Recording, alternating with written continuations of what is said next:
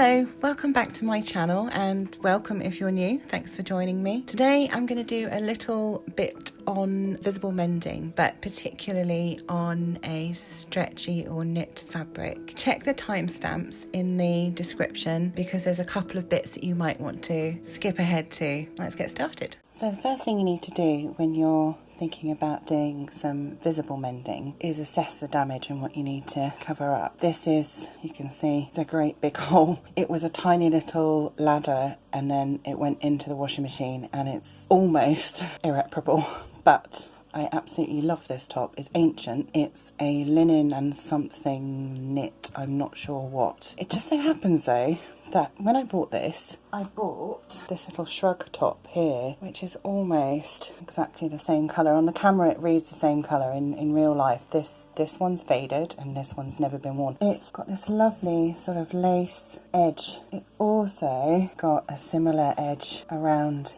each armhole as well. So what I'm hoping to do is mend that waterfall kind of tunic thing, but then also I was given this top, which is a similar blue, same fabric, weirdly, and it fits really well on the top, but it's just not quite generous enough for me around the hips. So I'm hoping with that shrug top to extend these side seams, but also to mend that waterfall top. So firstly, what I'm going to do is iron the little shrug with the lace edging.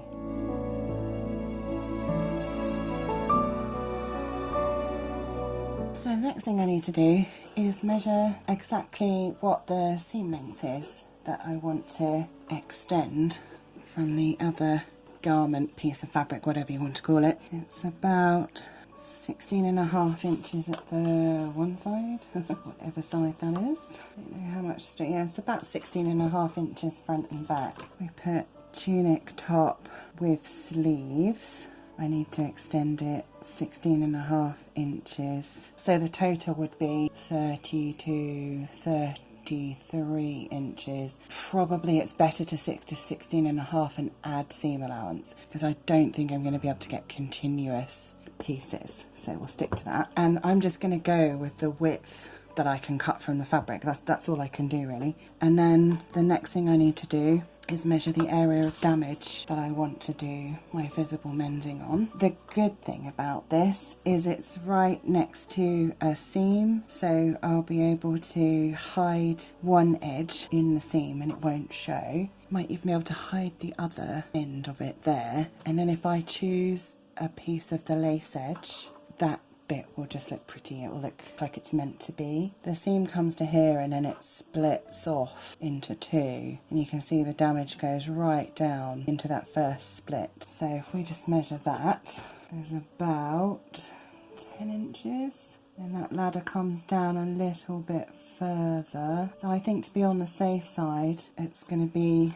11.5 inches down that side, which is why I'm using squared paper. So if we put on here, I draw that and I'll probably end it unevenly, like a slight angle. And then if we put sort of like the lace edge bit in here, so that will cover that. So at its worst point, the damage measures, and it's obviously stretched a bit, but there's not, I mean, I'll be able to bring it back a little bit. So where it's this part here that needs to sit flat, this we'll just stitch in probably by hand. But you can see it's completely stretched out of shape there. So we just pull that into where I think it's going to be finished. So that's about 3.5 inches. Yeah, I think 3.5 inches should do it. So this was 11.5, and this across here is 3.5, and then it goes up at an angle here, so it's about another 2 inches higher on this side. So it's about that sort of angle. So I'll actually mark in that 2 inch where it's, I know where it goes, and then I need to measure the entire length all the way down. Yep, so it's about 13 inches down there. And actually that's spot on because we made that 11.5 and that too. So now I know what sort of fabric I need to do both of those things. So the first thing I'm going to do now is measure the shrug.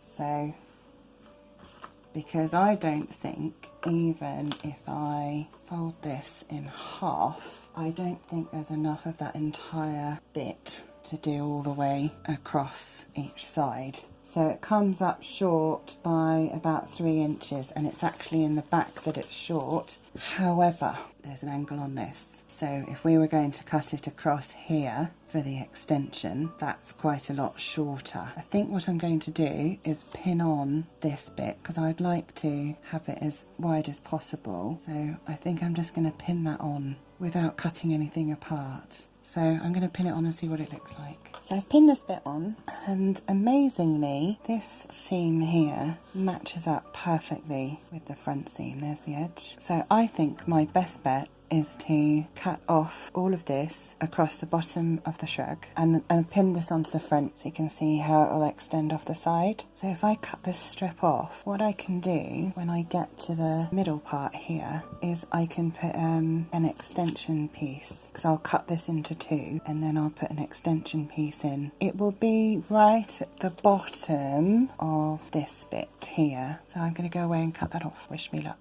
because it's knitted. So I did measure it before I unpinned it, and it was about 6¼ inches. I'm just gonna start marking that with chalk, and I tried folding it in half to try and be quicker. Don't think that's a good idea because it shifts, you can see, even when I'm just trying to mark it. So it's much better if I measure it all the way along and then I know it's right.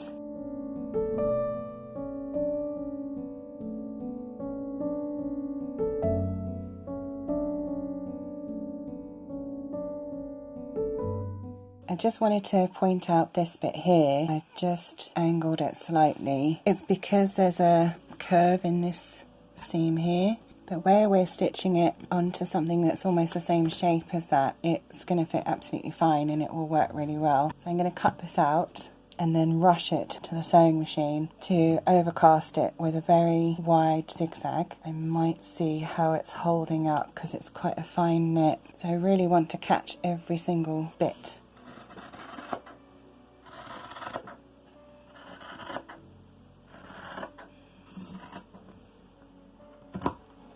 So I just wanted to have a quick word about this edge. You can see if I pulled that it would start to come undone, and what you could do is what I've done on more hand knitted items, which is to draw out the line where you want to cut and then do a straight stitch either side of that line and then cut between the two, and so it never comes undone. I could have done that here. I'm not really sure why I didn't, but anyway, is what it is. So now I've got to put that right. So I'm just going to stitch very, very slowly. I've got a needle here for knitwear. It just means that it doesn't punch its way through the fabric. So I'm going to do a little stitch here, and I'm going to try and feed this through because I don't want to stretch it.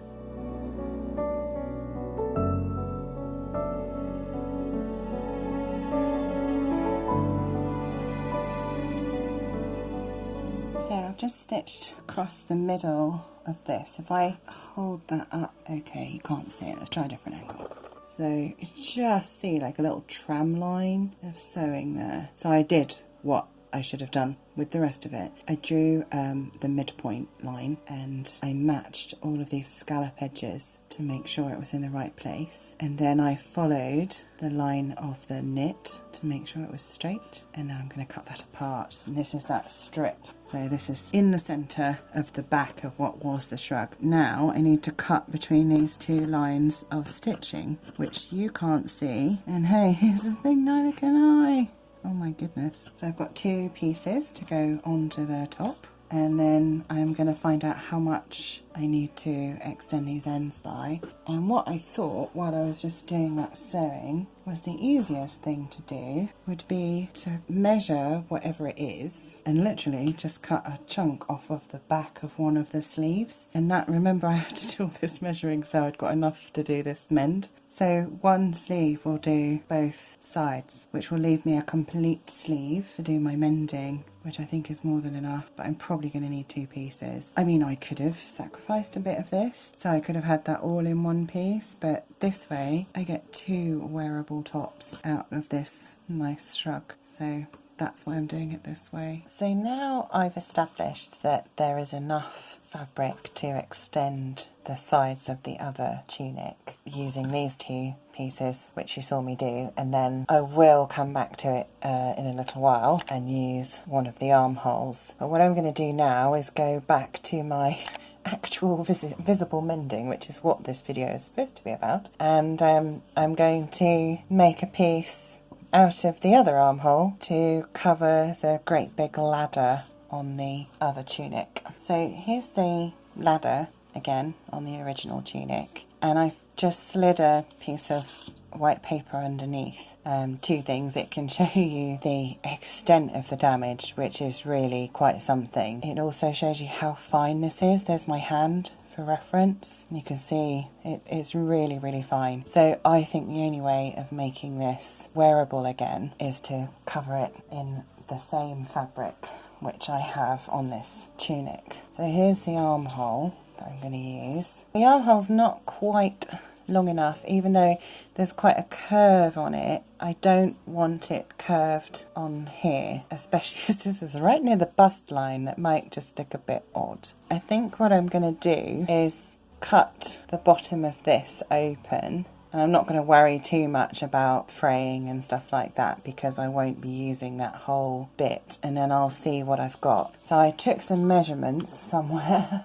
We'll measure it again because I appear to have lost my notebook, so I know I drew a fancy little picture and everything. So remember, this is the side seam. Let me move that over onto the paper. This is the side seam here. There's a ladder right next to it. So I need to stitch something into that, and I'm going to allow about 1/4 of an inch there. And remember, the reason why I'm using this is because it's got a finished edge on it. So I don't need to turn a hem on that side, which is fantastic. And the actual area of damage is about 3 inches, and we need to add an extra 1/2 inch. So it's got to be 3.5 inches wide. So that's the only measurement I'm going to worry about right now. So I'm going to go and cut that apart and see what we've got. So I'm going to do this mostly by eye, but because I want to make sure I can get an even 3-inch strip, I'm just going to pin these scallop edges together to stop it shifting around. This is the problem with using any knitted fabric, is it does move. But with a bit of care and attention, just like using the good property, which is the fact that it stretches, but you know, being aware of that and just making sure you prepare stuff. You know, whereas with like cotton, just, you know, a flat woven cotton or whatever, this sort of thing wouldn't be necessary. So now you can see I've pinned that. And what I'm going to do is use that knitted property I was talking about. I'm going to lay this flat, and then I'm going to stretch it like that. It doesn't matter if this edge is slightly ruffly, because remember it's going to go around the fullness of my bust, but I don't want to look, you know, I don't want it to look like a massive frill going, here's my boobs. And then I'm going to use my chalk, tailor's chalk, and actually measure from this edge here and measure in. I'm going to actually measure about 4 inches just to make sure I don't mess it up. If you just stretch it and smooth it, you'll find it'll sit flat. I think I'm going to make it about 5 inches here because I've got to finish those raw edges anyway, and I really don't want to cut it short. So I've got one shot at this. I'm going to use scissors like I used on the other bit, which what I'll do is I probably won't show you much more of me doing that. I'm wondering, should I go and sew this on the machine first? The next thing I need to do is open an end. Here's the piece we've cut off. So I think, I'm trying to think which way around it goes. Do you know what, I've got a horrible feeling I've just cut off the wrong armhole. Oh dearie me. It'll be fine. This bit here, I want it pointing the other way to fit on the tunic. Look, I'll bring the tunic over, I'll show you what I mean. So here's the ladder, here's the raglan sleeve, it was like a cap sleeve thing. So it goes at an angle, and the bit that I've just cut off is the wrong angle, it goes the other way around.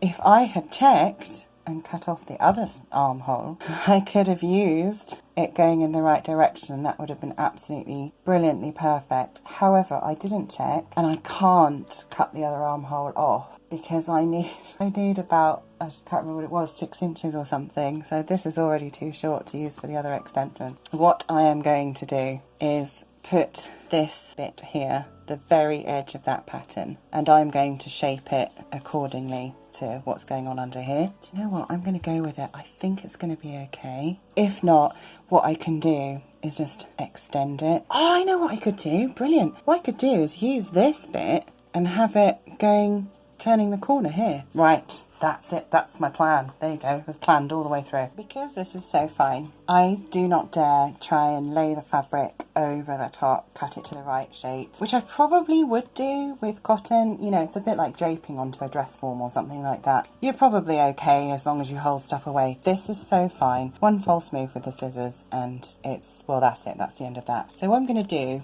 is use the straight edge of my piece of paper underneath, and I know that that's sort of the seam line, and I'm just going to mark that there, do a little mark there. I'm going to try and match those two marks up as sort of a, it's not quite straight, it's almost like a little curve there. So if I just match those up again and see if that, yeah, that's about right.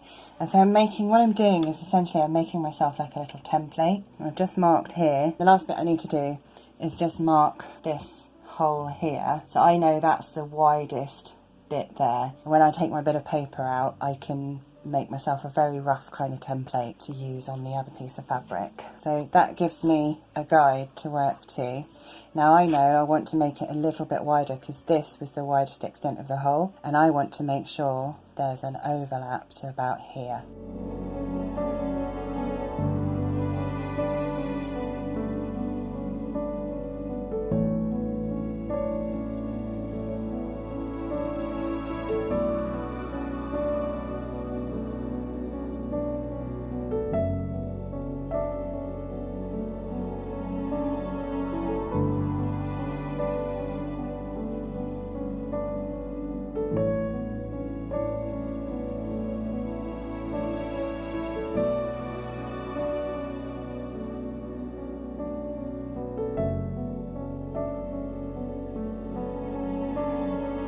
Right, I've got to this stage where I'm pinning on the sort of Frankenstein piece that I made. There's the damage. So I'm going to go and stitch all this down, finish pinning and stitching it, and then I'll show you what it looks like. This is it stitched on. I've stitched all of this on by hand first of all, because your hand's a lot more forgiving than a sewing machine, and it means it was sort of like tacking it or basting it in place first, and it's really sorted out these wobbly scallopy edge things. So still some stretch in there. I might do something with this. I was thinking about putting like, I don't know, like a bow or some little motif on there, maybe a bit of lace or something. I might just leave it, it's fine. It was just so I could fit that funny end. And once I stitched it on by hand, I zigzagged all the way along here, along the seam, all the way along this raw edge that I said I was going to do, and then into the armhole, you can see that, and then I straight stitched all the way down here and all the way across here first. What that does is it means that it will contain the very, very bad hole and ladder. See, it's pretty bad. And now there's a line of stitching through here, the stitching across the bottom, all stitched down the side, stitched across the top, so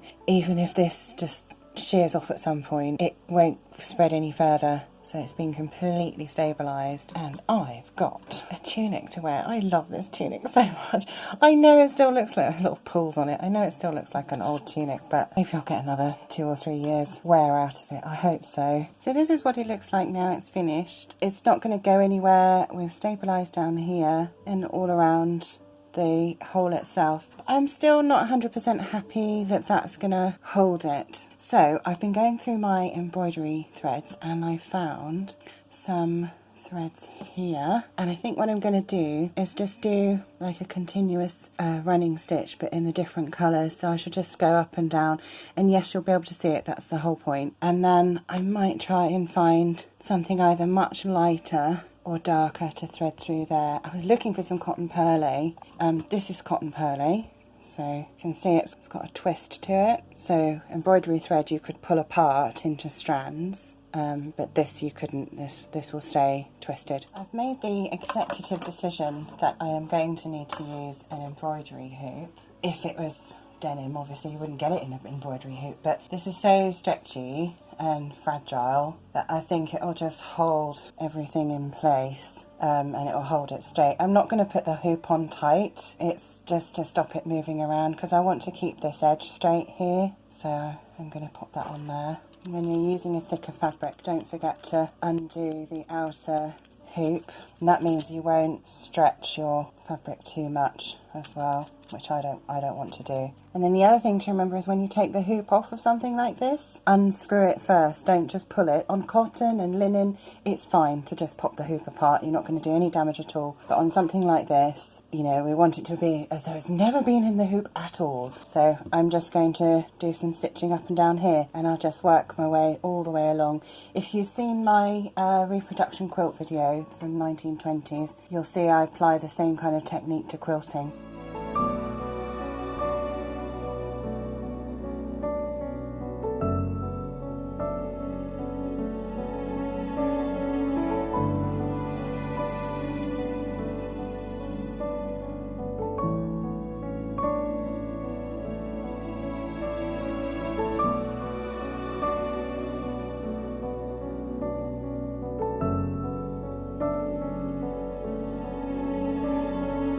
Here's the running stitch, and now I'm trying to decide if I want to do any more, if I'm just going to leave it. And you'll see it's a bit wobbly. I've tried to keep it as straight as possible. So here's the inside, and I started it off with a knot, and then it's finished off again into the seam. And what I did was I sort of did a back stitch on it a couple of times, and it's really stabilised it a lot, so it shouldn't get very much worse at all. These scallops make me think of leaves. I don't know if I'm going to be able to turn them into leaves somehow. I might just do sort of like a couple of lines around there and then do some veins or something. So I've worked out a way of doing a leaf design, and I'm going to try and show you. What I'm doing is it's a sort of stylized leaf, and I'm starting up here by this third rib of the design. I'm trying to keep the thing really still to show you, and then I'm bringing that down to this point here, pull that through, stitch back through, and then to make it look like a leaf, the top two straight stitches need to be slightly longer. So come up in the starting hole and then put this down here to make a point, stitch down here, and then go into the same point again. And when you're stitching on this sort of fabric, don't pull it too hard, just gently guide it through, and then go about 3/4 of the way up or 1/4 of the way down, whichever you prefer, in the middle. Stitch down through this bit here, and that's what gives it sort of, it looks like it's got, you know, veins. I'm going to put a little stem on it and go back through, and that's how you do the little stylized leaf. Well, here it is. I've hung it up so I can pull it out for you. There's a sort of leaf design, so there you can see it on the actual top itself, and I'm really pleased with it. It's amazing what a difference a bit of stitching can do. So I hope you've enjoyed this video. I hope you reevaluate some of your clothes and things, but I hope you've enjoyed it, and thank you so much for all your continuing support and all the new subscribers and all of that kind of thing, and I'll see you again soon. Okay, bye.